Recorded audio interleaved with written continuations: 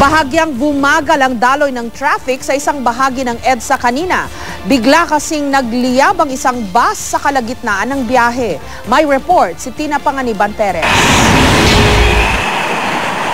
Kalalagpas lang ng share transport bus na ito sa kanto ng EDSA at Ayala nang bigla itong magliyab.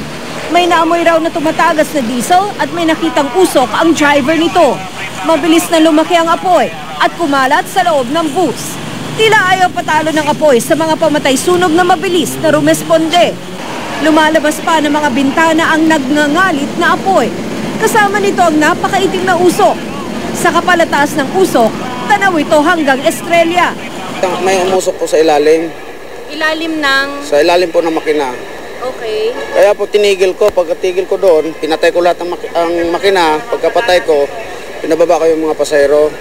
Pasita na botas ang ruta ng bus. Bago raw sila bumiyahe, wala naman daw napansin ang driver na anumang problema sa makina. Bago po kayo bumiyahe, na-check niyo po ba yung makina kung maayos? Kondisyon naman po. Opo, ano po kaya yung posibleng dahilan ng pag-usok, sir? Sa wirings po nanggagaling. Mabilis namang na-under control ang sunog. Pero ang daloy ng mga sasakyan, bumagal.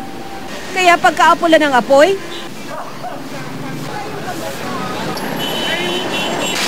dumating na agad ang tow truck ng MMDA at hinila palayo ang bus. Ang ibang tauhan ng MMDA agad winalis sa mga iniwang bakas ng sunog.